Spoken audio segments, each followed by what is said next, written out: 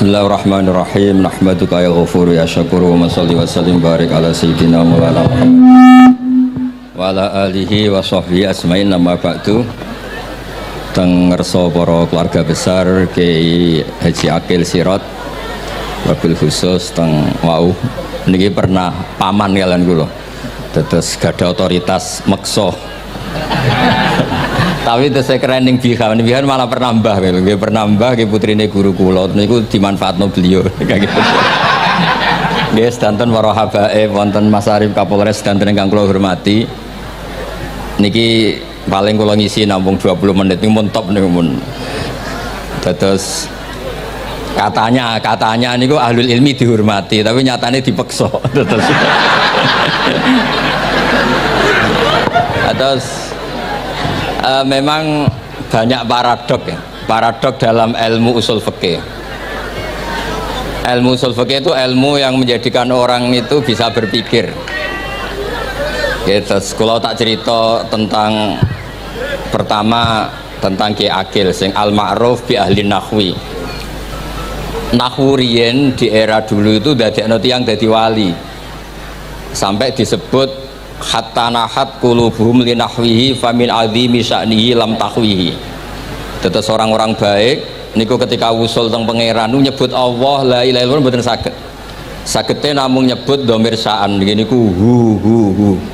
Akhirnya kathah toreko sing ha hu niku gara-gara ahli nahwu iki. Ahli nahwu niku. Nah disebut fa'uribat makna dhamiris sya'ni. Jadi ngelafatkan la ilaha illallah ndak bisa tapi hu bisa. Mergi ke Jawa ini tukang ngakali, terus hukum ini diakali. Sajane teke hadis ini mangkana akhiru kalamihi la ilaha illallah dakhalal jannah. Tapi ada kekhawatiran pas la ilaha mati. Lah la ilaha mati ra radi kaya ateis. Ora ono pangeran maujud mati. Sampeyan kan gak iso janjian mbek Israel. Kan mboten saged weanan, mboten saged kong kali kong.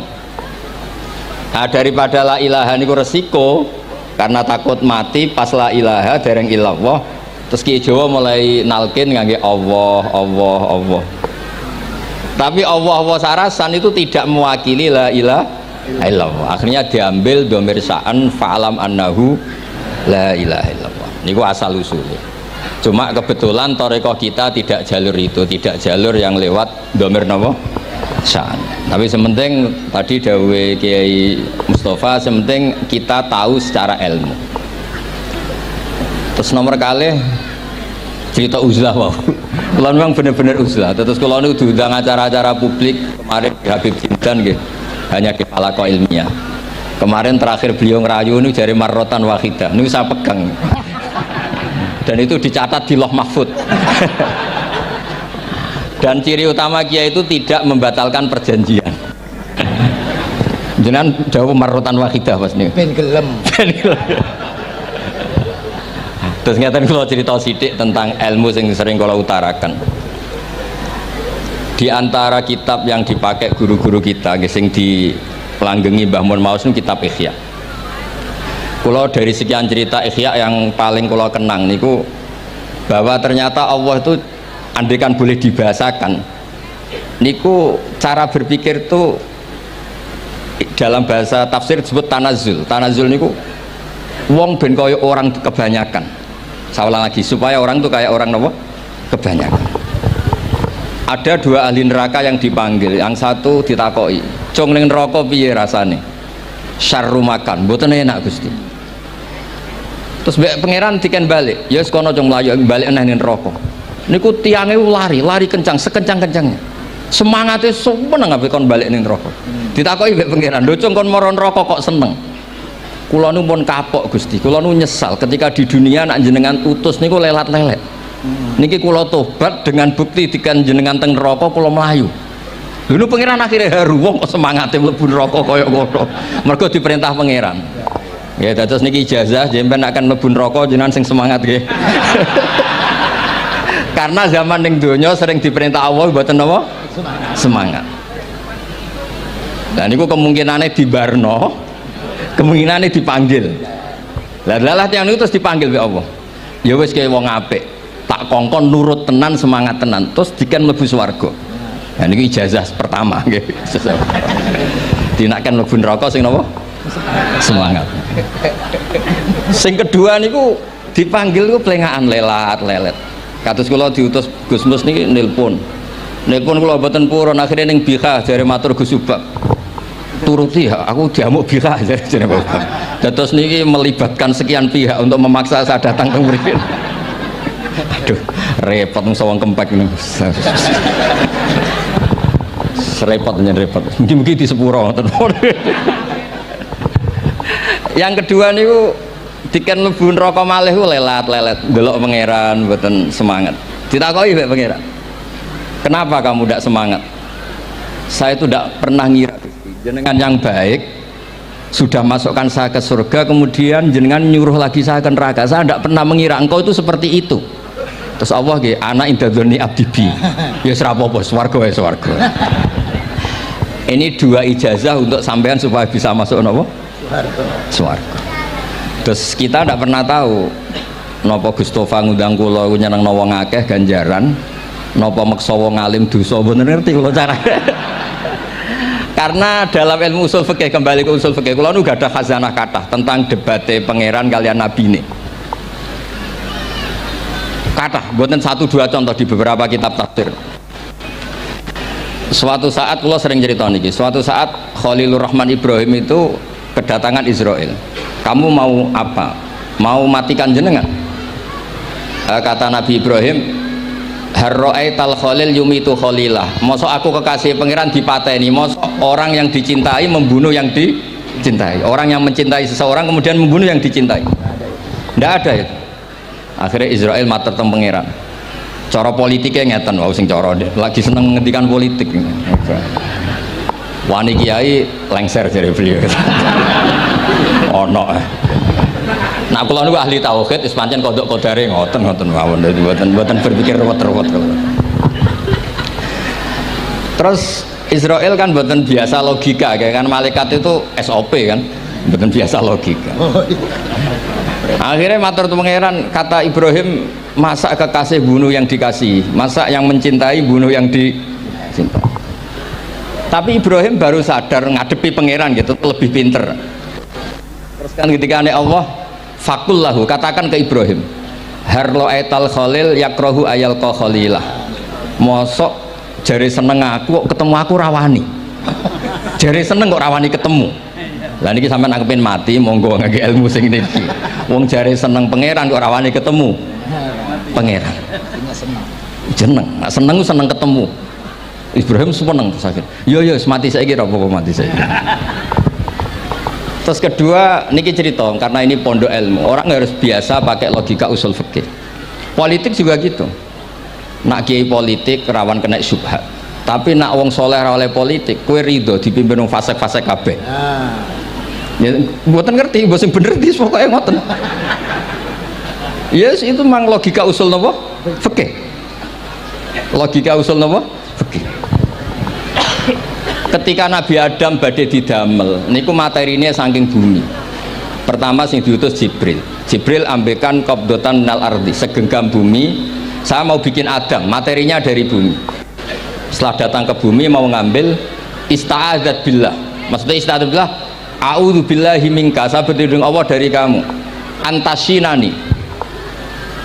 Kalau dengar Gus Tofa dari ahli nahu, terus kalau niki tak goleki tenan pancen syanahu mun mutaaddi binafsi. Mungkin nak dibuli ku antusinani kok panjang nanti cerita. Saya tidak ingin bagian dari saya diambil, kok aku bolong. Iku coro bumi itu sudah masalah. Terus akhirnya Jibril kembali, ya Allah, dia berlindung kepada engkau maka saya lindungi. Allah membenarkan Jibril, Mikail juga sama. Tapi ketika Israel, ini Israel itu masalah memang. Ketika disuruh ngambil bumi, buminya ista'adat billah, tetap diambil. A'udzu billahi minka antasinani, saya berlindung Allah supaya kamu tidak melukai saya, menciderai saya dengan mengambil bagian dari saya. Kata Israel, wa a'udzu billah alla unaffidhu amroh. Saya juga a'udzu billah diperintah Allah kok tidak kasil, kudu kasil. Lah saya tidak tahu yang benar istihadnya Jibril apa istihadnya Israel. Terus memang sudut pandang. Makanya dulu ketika banyak pondok putri itu kiai-kiai kuno dulu itu menentang. Alasannya nggih, nak bojone jelas khawatir kiai ini kecobaan itu jelas. Tapi banyak kiai itu nggih khawatir tenan. Kecoba fitnatin nisa. Tapi ketika logikanya dibalik, apa kamu ridho para perempuan-perempuan muslimat itu tidak dapat pendidikan apa? Agama. Hanya karena orang soleh tidak punya nyali, tidak punya peduli mengajar. Tapi kita saged diwalik.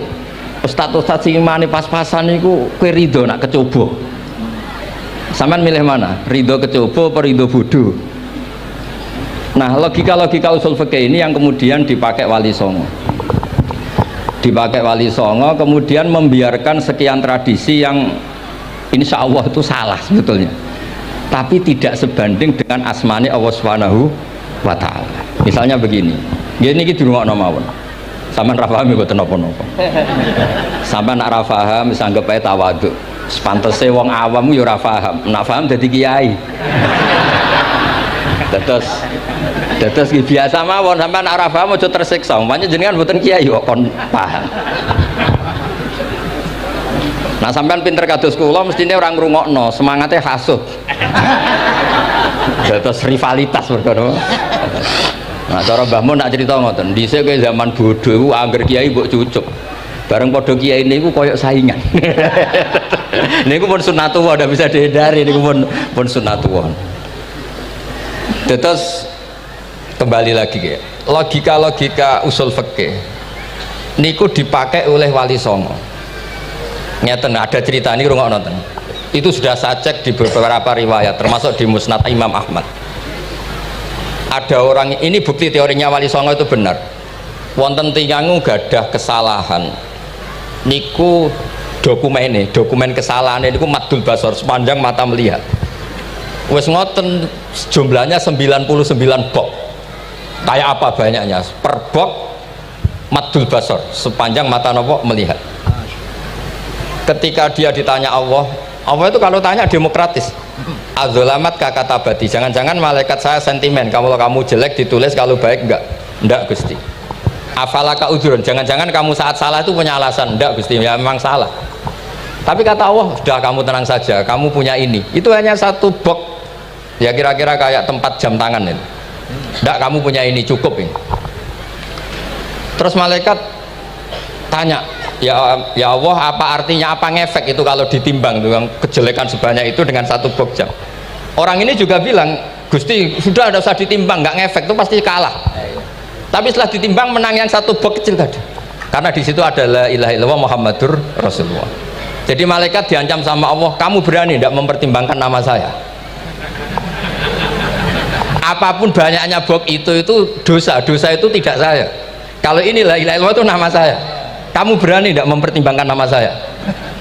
Ya tidak berani Gusti, ya harus dimenangkan. Nah itu semalannya kalau pengajian ini ya ono ikhtilatur rijal wan nisa, tapi baru kayak ngaji di sepuro.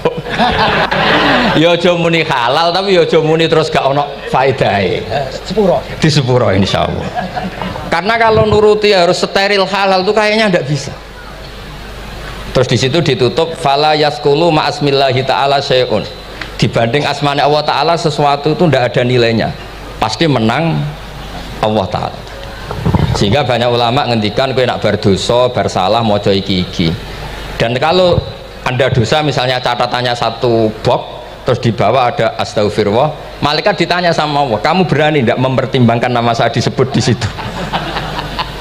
Enggak berani. Nah, saya ini ribuan orang yang ngundang, saya berani mengabaikan. Bareng ana wong ngaku mbah ya mbah tenan wae. Ya terus ngoten, kowe wani gak mempertimbangkan Gustofa sing mantune Mbah Maimun. Ya.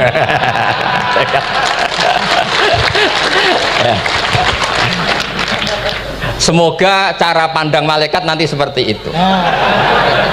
Tapi nanti kalau malaikat cara pandang, mbah kok tukang maksa putu. Ya itu mbah model opo.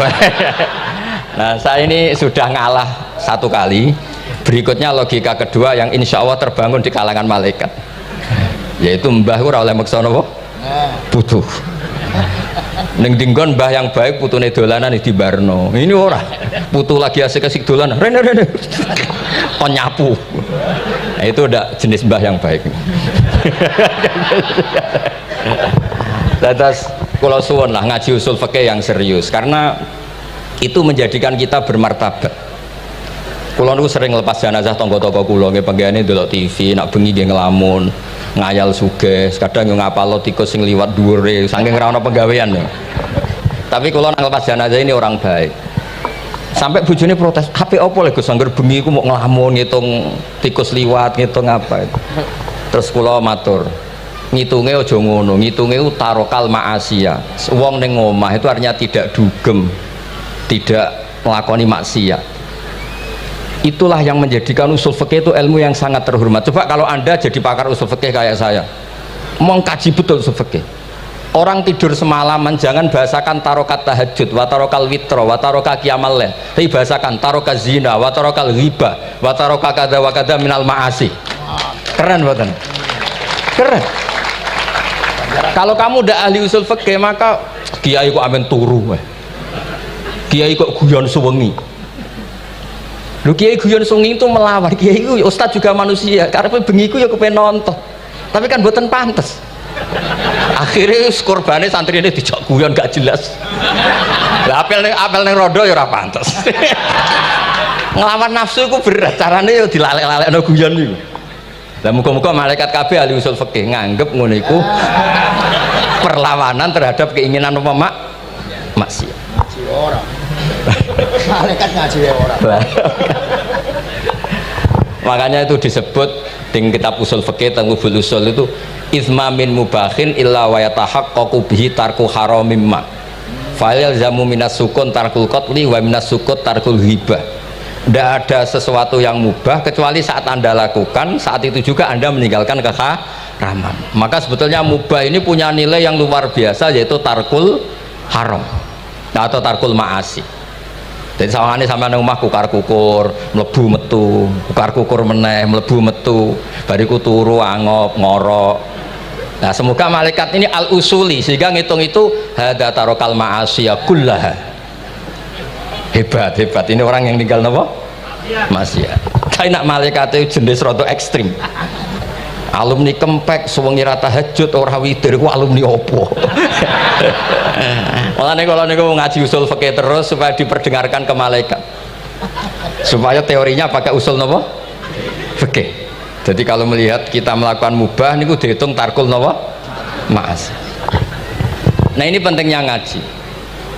Kalau nate ditanya sama seorang dosen, "Gus, masa iya Quran yang katanya mutu semutu-mutunya kemudian ada ayat kulu washrobu mosok urusan mangan gak usah disuruh orang juga makan terus kualitasnya kulu washrobu itu di mana?"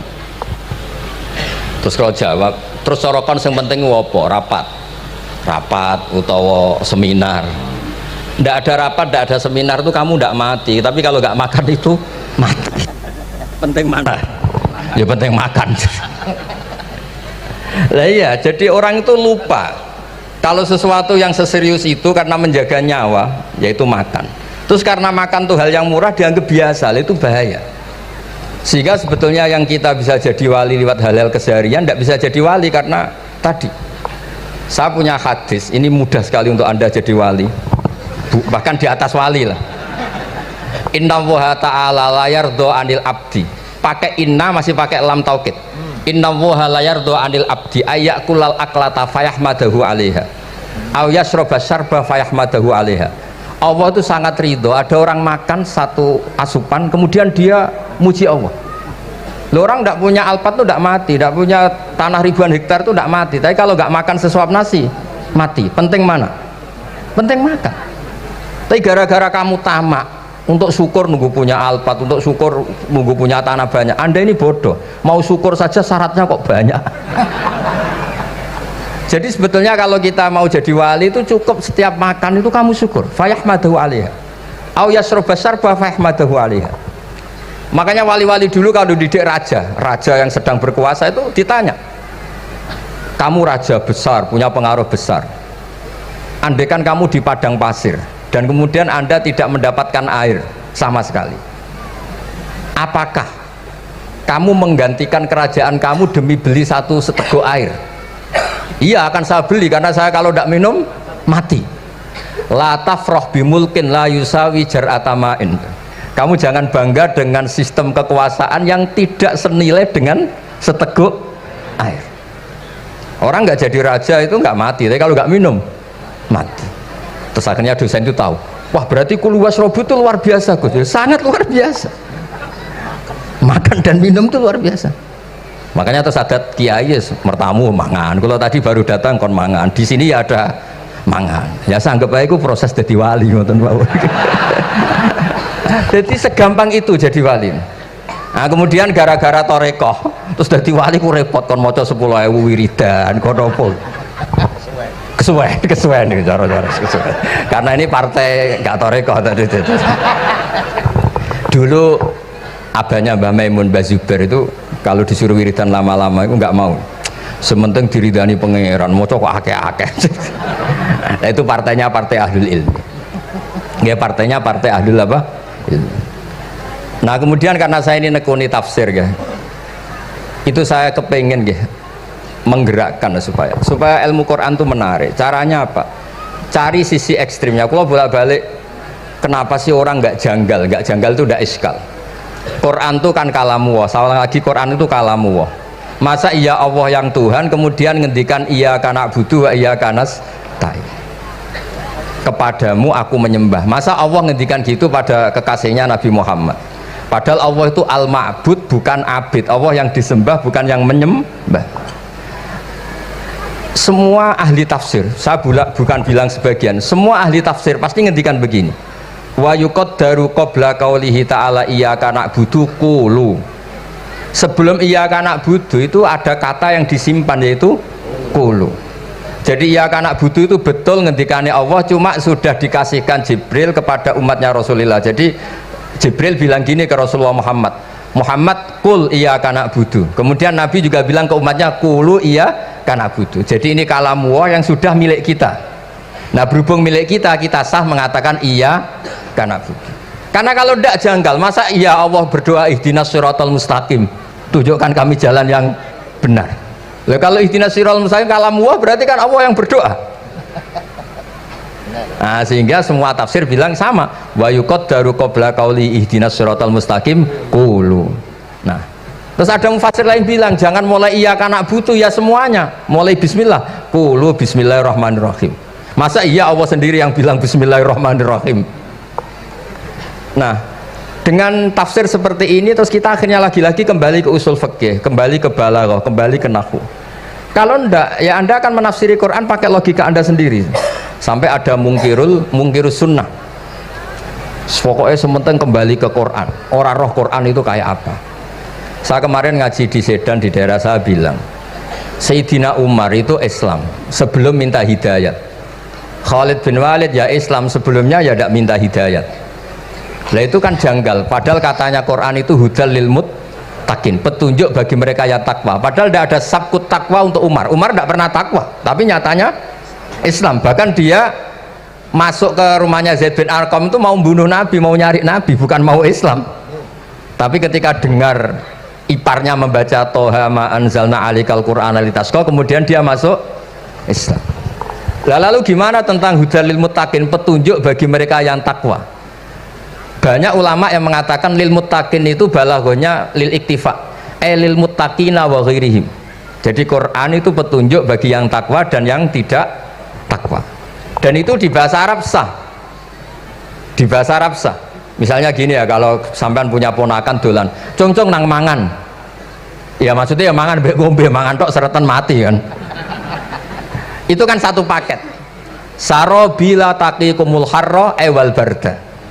Pakaian yang melindungi dari panas. Di situ gak disebut wal barda, tapi artinya juga wal barda.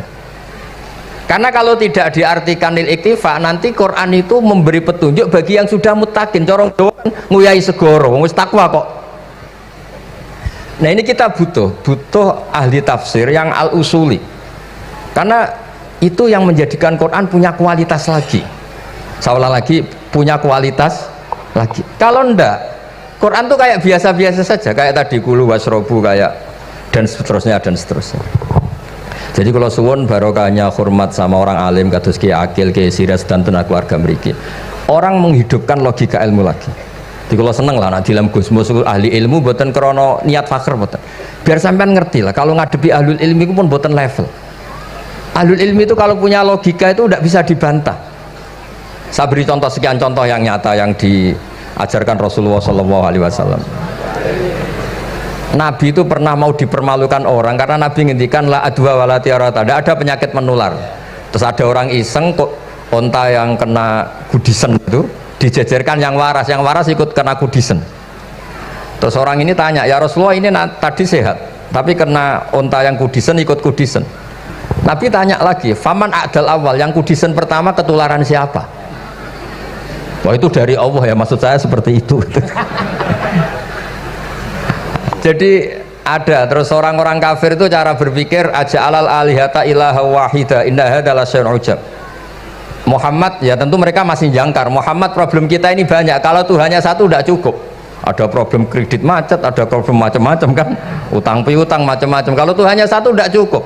Kita butuh Tuhan banyak karena problem kita banyak. Lalu Nabi mengajarkan mereka apa logika yang dibangun. Kalau kamu jadi buruh, kemudian majikan kamu banyak, semuanya merintahkan kamu bingung nggak? Ya bingung. Tuhan kamu itu majikan kamu, kalau banyak-banyak perintah semua kamu yang bingung. Ya sudah mat Tuhannya satu saja. Itu disebut dorobawa masalah rojulan fihi syuraka umutasakisuna warojulan salamal lirrojul. Nah sekarang itu kita ini mulai kehilangan fatonahnya Rasulullah SAW. Nabi dulu itu kalau nerangkan ilmu itu logikanya gampang sekali, logika yang dibangun tuh gampang sekali. Ada orang cerita, ya Rasulullah saya ini ada sekian anak saya, yang paling saya cintai satu, apa saya boleh melebihkan yang paling saya sayangi dalam pemberian? Nabi jawabannya itu tidak langsung jangan enggak. Apakah kamu berharap bahwa mereka semuanya baik ke kamu? Iya semuanya saya ingin baik ke saya. Ya kalau gitu jangan. Kan tidak fair kita mengunggulkan yang satu, melebihkan yang satu, sementara kita berharap semuanya baik. Itu tidak fair kata Nabi. Jadi dulu Nabi itu terus ini yang cerita fikih. Dulu Ahlul Madinah itu mangga itu masih pentil sudah dijual. Pentil dijual harganya 2 juta. Masa iya pentil harganya 2 juta? Karena dengan asumsi sudah jadi mangga. Tapi ketika Nabi datang di Medina dan penduduk Medina itu abkhosna sikailan, orang paling buruk dalam pertimbangan dalam jual beli. Nabi cara ngendikan itu unik. Aro'aitum lau anna waha yamna'us samroh fabima yastakhillu ahadukum mala akhi. Kalau pentil ini ternyata kena angin terus kemudian tidak jadi buah, lalu kamu nerima uang 2 juta itu atas nama apa? Atas nama beli pelem, nyatanya belum jadi mangga. Mosok kalau pentil seharga 2 juta. Semenjak itu terus Ahlul Madinah sadar kalau jual buah itu nunggu ba'da buduwi solahiyah, setelah samroh ini berbentuk. Tapi Nabi tetap ngendikannya pakai logika. Nah sekarang banyak kiai yang sidik-sidik neraka. Sebenarnya Nabi itu ngajari logika. Ada pemuda dia itu hipersek, mau masuk Islam tapi tetap boleh bebas. Saya ini ingin Islam tapi jangan larang seks bebas. Wah itu sahabat semuanya melarang ketemu Nabi karena ini ngawur betul, masa pamit Islam kok. Tapi setelah gaduh, Nabi tanya, kenapa gaduh? Ada pemuda mau masuk Islam tapi yasta'izinu fi zina, dia minta izin supaya tetap boleh zina. Kata Nabi, suruh saya ke sini. Setelah datang di depan Rasulullah, logika yang dibangun Nabi itu luar biasa. Atuhibbuhu li bintik. Kamu suka punya anak putri kemudian jadi demenannya orang laki-laki hidung belang? Ya enggak, saya bunuh orang itu. Andai kan itu ke ibu kamu, saya bunuh orang itu. Atuhibbuhu li bintik, atuhibbuhu li ummik, atuhibbuhu li ukhtik, atuhibbuhu li kholatik. Kamu suka punya anak putri yang jadi demenannya orang? Ya tidak suka ya Rasulullah. Kamu suka kalau punya ibu didemeni orang banyak? Ya tidak suka Nabi. Sampai otaknya itu yastakbihu zina, sehingga otaknya itu wah zina itu buruk betul. Akhirnya ya Rasulullah sudah, saya mau se-Islam tanpa zina-zina. Karena logika yang dibangun Nabi itu luar biasa. Nabi pertama mengingatkan atuhibbuhu li bintik, atuhibbuhu li ummik, atuhibbuhu li ukhtik, atuhibbuhu li kholatik, sampai dia ini nggak bisa apa-apa. Sudah Nabi sudah. Jadi logika ini yang harus kita waris. Lagi-lagi kembali yang bisa waris itu ahlul ilm. Sama itu kan kayak diskusinya Nabi Yahya dan Nabi Isa. Nabi Yahya itu suka berkawan orang-orang soleh. Setiap berkunjung di mana itu nyari yang orang-orang soleh. Ditanya kenapa kamu berkawan orang soleh? Ya berkawan orang soleh itu asik. Tapi kalau Nabi Isa enggak. Kalau ada desa-desa yang masih hitam, masih merah itu dikunjungi, kemudian dibina. Ditanya sama Nabi Yahya, lima anda tanzilu ala syirarin nas, kok kamu kumpul orang-orang yang kayak gitu? Jawabnya beliau, innama ana tabibun udawil mardo. Di mana-mana Nabi itu ya dokter, di mana-mana dokter menyembuhkan yang sakit. Jadi dulu logika kebalikan itu dibangun, sehingga dulu ulama khilaf itu ikhtilaful a'immah apa? Rahmah. Masyhur itu. Saya sering cerita dan itu ada di kitab Khilyatul Auliya. Nabi Yahya itu lebih ceria. Nabi Isa itu agak sering cemburut. Atau kebalikannya, apanya yang satu tuh mali aro ka'abisan. Ka'annaka taqnatu mir rahmatillah. Kamu kok sering cemburut, seakan-akan rahmat Allah itu terbatas, wong kok ora iso syukur. Yang satu gojlok, mali aroka dohikan ka'annaka ta'manu mim makrillah. Kowe kok guya-guyu, kok is bebas kon neraka wae gitu. Nah, sehingga ya itu tadi sudut pandang. Makanya saya sering cerita dulu kalau Said Abdul Al-Haddad itu tanya, "Cung kowe ngaji sapa?" Ngaji si A. Kiaimu tau nangis? Ndak. Ojo ngaji, kiaimu ati atos, kiai kok ora iso nangis. Tapi kalau Abdul Hasan Asadili kebalikan, cung kowe ngaji sapa? Ngaji si A. Kiaimu tahu guyu nak ngaji mboten nate. Ora usah ngaji wong ora iso syukur. Jadi nah itu yang akhirnya menjadi keseimbangan khaufau wa tama. Ada khauf, ada apa? Roja. Sehingga karena sudut pandang itu nggak bisa dihilangkan, sawalangnya nggak bisa dihilangkan. Ini yang sering diceritakan Kisah itu kakaknya ini. Dulu Muhammad bin Hasan Asy'ibani, Imam Syafi'i itu lama sekali beliau jadi ulama top yang suka fikir. Dianggap fikir itu aman, ngeringankan hisab. Enggak jenengan fikir yang dihisab malaikat apanya kan? Kan nggak bisa ngisab jenengan, apa saja tidak punya. Punyanya problem. Nah setelah ngaji sama Imam Malik, Imam Syafi'i tanya, yang ilmunya setingkat jenengan siapa? Kata Imam Malik, sebetulnya Abu Hanifah, tapi orangnya sudah meninggal, tapi ada muridnya namanya Muhammad bin Hasan Asy'ibani. Kamu ke sana dari Madinah ke Irak, dulu tempatnya di Baghdad. Setelah di Irak, Muhammad bin Hasan Asy'ibani itu kalau ngitung uang tuh di meja, emasnya tuh banyak, uangnya banyak, dia hitung di meja, malah kaget. Saya ini gedeng kiai, kedunyan ini ketemu kiai, kedunyan. Ya karena Muhammad bin Hasan Asy'ibani itu wali, kamu tanya, kamu heran ya ada kiai kaya? Iya. Ya sudah, kekayaan ini kasihkan orang fasik, biar dipakai demenan, dipakai mabuk, dipakai ini. Terus, ya jangan, kalau kena orang fasik bahaya, jenengan saja. Semenjak itu Imam Syafi'i mulai rodok seneng duit. Jadi ada ceritanya, kok diangen-angen, nah terus keterusan umatnya kayak gini-gini itu. Jadi ini cerita nopo istihad, apa cerita nopo istihad. Sama pangkat juga sama. Gue seneng nak orang soleh-soleh tidak ikut ngurus negara ini, mau dikemanakan negara ini. Tapi ada yang berpikir gue seneng nak orang soleh terkontaminasi. Ya sudah monggo, sing serapayu jabat, gih berpikir zuhud. Sing payu yo berpikir politik. Yang penting semuanya itu berdasar ilmu. Yang penting itu semuanya berdasar apa? Ilmu. Karena ilmu ini basis yang paling diridani Allah Subhanahu wa ta'ala. Masyhur itu di Ihya sering diceritakan Imam Ghazali, ana alim uhibbu kulla alim. Kata Allah, saya ini alim dan sangat mencintai orang alim. Karena orang alim ini yang tahu perspektif. Orang yang ngiranya, saya ulang lagi, yang ngiranya itu enggak ilmiah. Di depan orang alim itu sangat-sangat apa? Ilmiah. Yaitu tadi misalnya ada ayat wa min ayatihi manamukum bil laili wan nahar. Masa iya tidur yang ngorok semua turunnya serah jelas kok jadi wamin ayati. Tanyakan ahli medis, sistem tubuh kita kalau nggak tidur tuh kayak apa rusaknya. Dan toat pas-pasan ini satu-satunya solusi yo turu. bengi ngempet kepen delok dangdut, delok dugem. Bareng turu jebule esuk wis bar, alhamdulillah. Cara melek iman kamu seberapa? Tarikan-tarikan maksiat posisi kamu terjaga bisa kalah kan? Tapi kalau tidur sukses kan tarkul maksinya. Nah, karena tidur itu sukses menghilangkan maksiat disebut wa min ayatihi manamukum billaili wan nahar. Sampai Imam Ghazali ngendikan di makalah itu, sehingga nanti ibadahnya umat ini di akhir zaman an-naumu, ibadah terbaiknya itu tidur. Nah niku mulane maksud kula ngeten lho. Sampeyan anut jalur wong alim dia turu ya ibadah, tengok-tengok ya ibadah, jagongan nggih ibadah, gojol-gojolkan ambek kanca nggih napa? Ibadah. Karena ini semuanya kul bi fadlillah bi rahmati fa bidzalika napa? Falyafrahu. Tapi kalau kamu tidak punya basis ilmu, adanya suudzon. Kiai kok jagongan guyon sewengi kiai opo? Kiai kok turu sewengi ku kiai? Karena basisnya ada ilmu. Padahal jelas ketika Rasulullah bikin urutan kebaikan, pertama Nabi ngendikan kamu menolong orang. Jika tidak bisa, terakhir Nabi ngendikan takufu syarraka 'anin nas fa innaha shadaqatun minka 'ala nafsik. Tadi beliau juga cerita di nasihat Imam Mun, idza lam tuhsin fala tusi.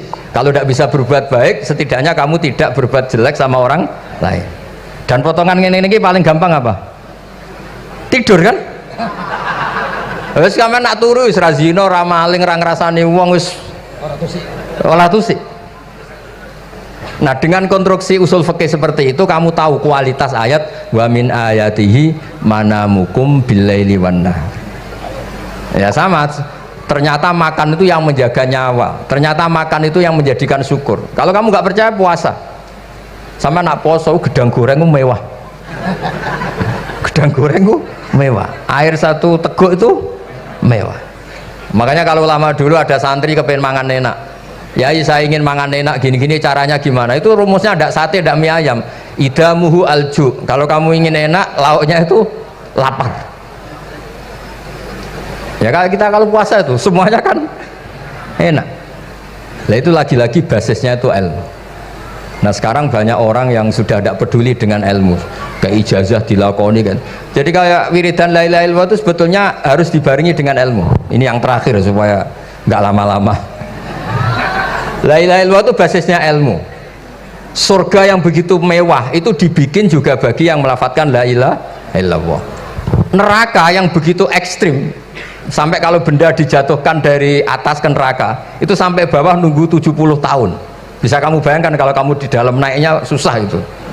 Ini dijatuhkan ke neraka itu sampai bawah nunggu berapa? 70 tahun.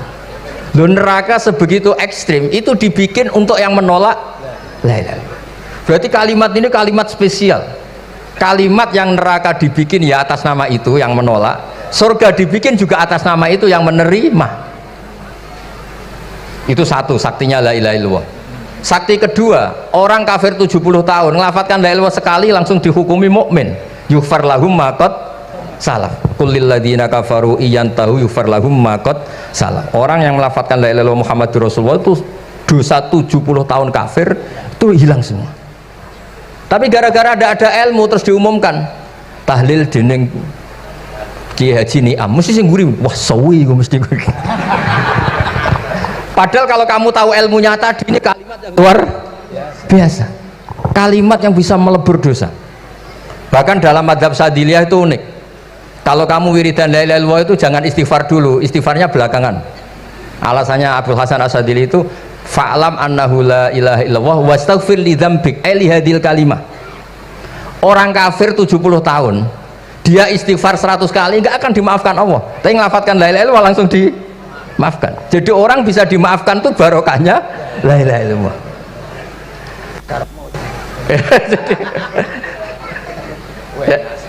Ya kan?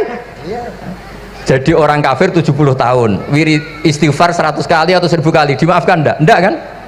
Tapi kalau membaca la ilaha illallah dimaafkan.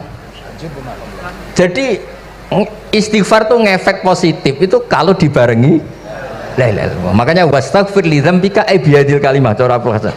Kamu boleh istighfar berdasar hadhil kalimah, berdasar la ilaha illallah. Tapi terus kemudian ya thariqah itu banyak, itu urusan rasa. Justru karena la ilaha illallah kalimat thayyibah harus disucikan dulu. Caranya istighfar dulu. Nah itu urusan monggo lah. Tapi apapun itu basisnya harus napa? Ilmu. Basisnya harus ilmu. Jangan malah sentimen. Wong di kuburan wiridan la ilaha dihukumi kafir. Nah, itu kan aneh.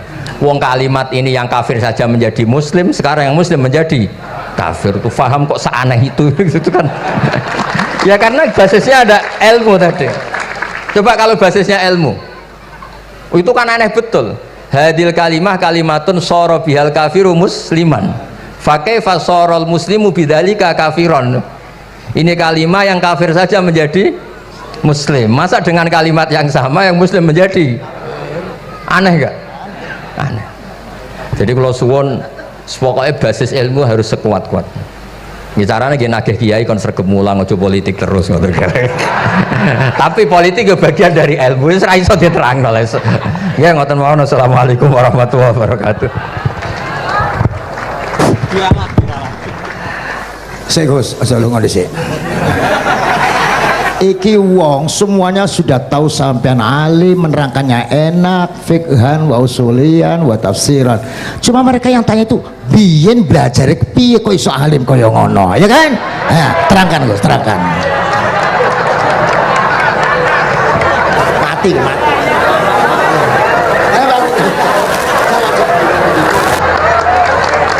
Setuju kan, setuju?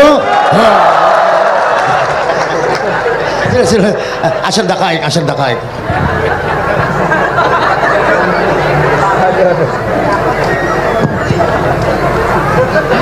Andaikan pertanyaan itu ke Mbah Mun, mungkin jawabnya gurune sopo.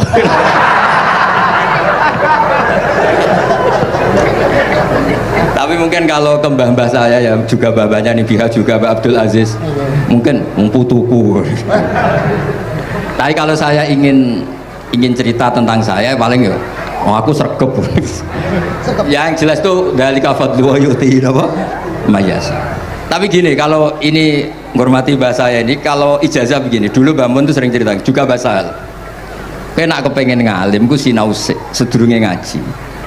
Ya, misalnya kamu ngaji takrib atau ngaji wahab sama Mbah Mun, kamu baca dulu sebelum ngaji.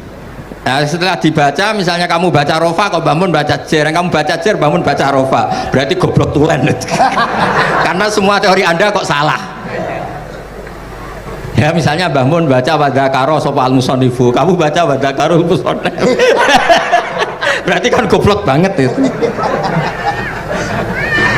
Ya kan ada cerita gitu, ada orang tuh nggak tahu betul Gus maknanya lam tardiman itu apa. Lam tardiman dicari di kamus tuh udah ada, ternyata itu di head lam tarodaman. Dia baca satu lam tardimannya dicari di kamus sampai hidup mati lagi agak ada. Nah, jadi kamu baca dulu misalnya di bab head lam taro naringali sopo mar'ah daman ing geteh, ternyata ngaji Mbah Mun paginya jadi baca lam taro daman. Jadi kalau kamu malamnya baca lam tardiman loh kok. Jadi itu kata Dewi Mbah Mun mergo sorokan kabeh santriku sorak mungkin. Carane ngecek kebenaran Anda itu kayak moco sih. Nanti kalau kemiripannya 50% ya separuh alim. Kalau 70% ya serontok alim. Tapi nanti kalau kemiripannya sampai 100% dan berkali-kali, berarti kan sudah luar biasa. Jadi yang ngaji sama Ki Mustafa, Ki Niam, saya mohon santri-santri itu belajar dulu biar bisa ngecek nanti guru saya baca kayak apa. Pada salah ya Gus. Kenapa lah? Pada salah. Karena kiai itu kalau salah ya mau ngalah. Ini ceritanya bangun betul. Ada kiai nggak tahu apa kakean mergawe kakean politik nggak tahu. Wal babi lan walang. Terus ada santri kulo gak ada makna kok lawang. Ya walang sing lawang cung. Mau ngalah. Terus watini lan wit alu. Gurune maca alu. Kulo gak ada makna kok elo. Lah ya wit telu kena gua alu cung. Tapi saya menangi kiai itu kalah sama santri itu. Saroko nyolong sapa wong albedo tangi anduk. Terus gurunya kaget. Cung kok anduk cung. Bareng didelok endok. Karena kalau pegon kan anduk sama andok itu podo ya. Ini ada podo. Tapi kiainya akhirnya kalah. Memangnya nyolong anduk boleh? Yo ora dong, yo haram, yo podo ae kalau gitu nyolong. Nyolong endok ya haram, nyolong anduk haram. Lo cerita itu masyhur itu. Kalau cerita yang terkenal di Lirboyo itu kan ada santri dari Jakarta di kelas. Gurunya bilang Ja'a Zaidun, Zaid datang. Waro'a itu Zaidan, saya melihat. Si murid ini itu melihat pintu terus. Lama-lama gurunya itu tersinggung. Kamu diajari pelengahan nggak sopan. Habis Ustadz bohong. Lah kenapa bohong? Katanya Ja'a Zaidun, Ra itu Zaidan. Zaidnya mana?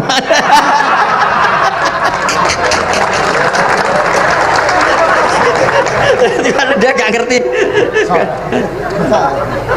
Zaid datang, saya melihat. Mana orangnya kok dibahas-bahas terus itu.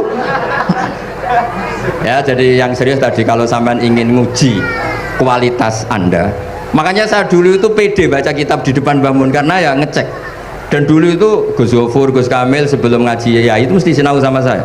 Nanti ketika Mbah Mun baca tadi, kalau kemiripannya kita 90% ya bagus, syukur-syukur sampai 100, dan itu terulang sampai Wahab Hatam, Jamul Jami' Hatam, sehingga kita tahu.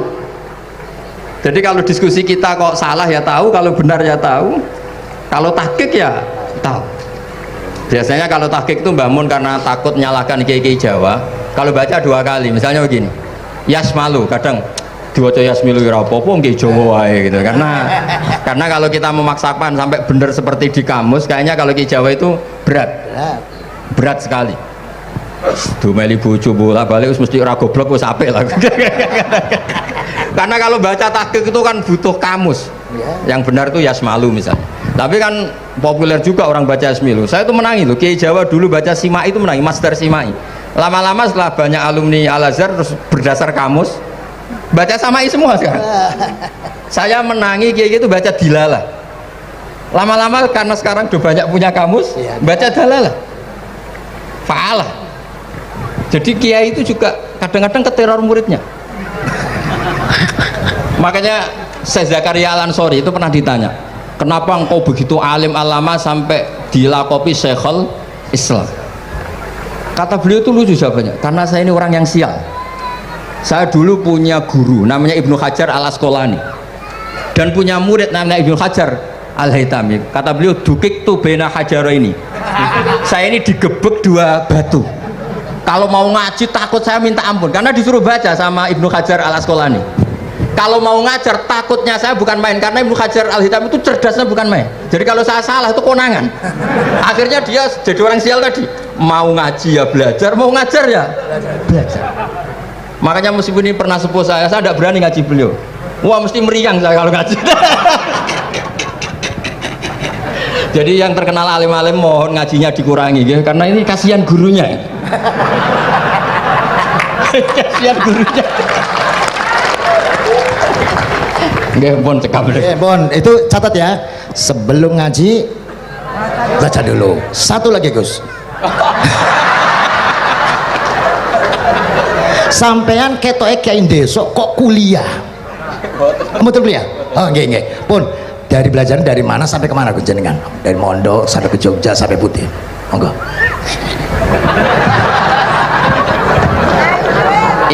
Ini karena sesuai kontrak nggak boleh nyulayani janji sekali aja sekali tak tekno. Jadi sebetulnya kalau di ilmu saya kan sering ketemu ahli geologi, ahli sosiologi. Sebetulnya di ilmu kita, saya kan lama di Jogja dan itu yang saya pakai juga ilmu zaman di pesantren. Misalnya sosiologi itu kan ada mukaddimahnya Ibnu Khaldun. Itu kan teorinya luar biasa. Misalnya begini, kenapa Rasulullah itu harus dari suku Quraisy, suku yang sangat terhormat di Mekah? Itu secara teori sosiologi loh, bukan teori nubuah. Kata Ibnu Khaldun, Nabi itu mesti final dari kaum itu aneh. Saya ulang lagi, Nabi itu final dari kaum pasti aneh. Nah masa aneh-aneh ini ditoleransi oleh umatnya karena beliau dari suku yang terhormat. Coba kalau dia dari suku, beliau dari suku yang hina, pasti pas aneh-aneh langsung diadili. Ya kalau di NU lah, ndak Gus Dur kok bikin aneh-aneh di NU kan langsung tuntas. Tapi berhubung Gus Dur cucu Mbah Hasyim, Orang itu mentoleransi, bahkan mengira jangan-jangan teori beliau lebih baik ketimbang kita. Nah makanya terus kata Ibnu Khaldun, ma ba'atsawu nabiyan illa fi manaatin min qaumin, tidak ada nabi diutus kecuali dari kaum terbaik, supaya masa-masa transisi ini nggak ada perlawanan. Nah itu namanya sosiologi. Sehingga beliau ngendikan, ini versi tarikh bukan versi Ibnu Khaldun saja, ketika sahabat disuruh hijrah karena disakiti orang kafir Quraisy, lah engkau sendiri ya Rasulullah, saya ini orang Quraisy, nggak akan ngalami yang seperti Anda alami. Nah itu namanya sosiologi. Begitu juga matematika. Saya sering ketemu pakar matematika dari UI, dari UGM, misalnya bilang zakat kan 2,5% misalnya zakat hijrah. Saya bilang kalau ngitung itu porogapit, padahal kita zaman sekolah porogapit itu pantangan. Tapi saya bilang saya punya matematika lebih cepat. Apa itu Pak Ba? Kalau manggil saya Pak. Kalau di kitab disebut rubu'ul usur apa? Jadi bertahap. Misalnya 1 juta, usurnya akan 100.000. Setelah 100.000 rubu'nya 25.000. Itu kita tidak usah pakai catatan bisa. Nah itu matematika Arab. Makanya orang Arab tuh nggak bisa nulis, tapi matematikanya cepat karena bertahap. Misalnya 1 miliar ya cari aja usurnya 100 juta. Berarti rubu'nya 25 juta. Berarti 2/5, 2,5-nya 1 miliar itu 25 juta. Tapi kalau orang Arab bilang itu rubul usur, diusurkan dulu baru dirubuk. Misalnya 6, 2/3 6 berapa? Orang Arab bilang sulusan. 6 sulusnya 2, sulus 2 kali berarti 4.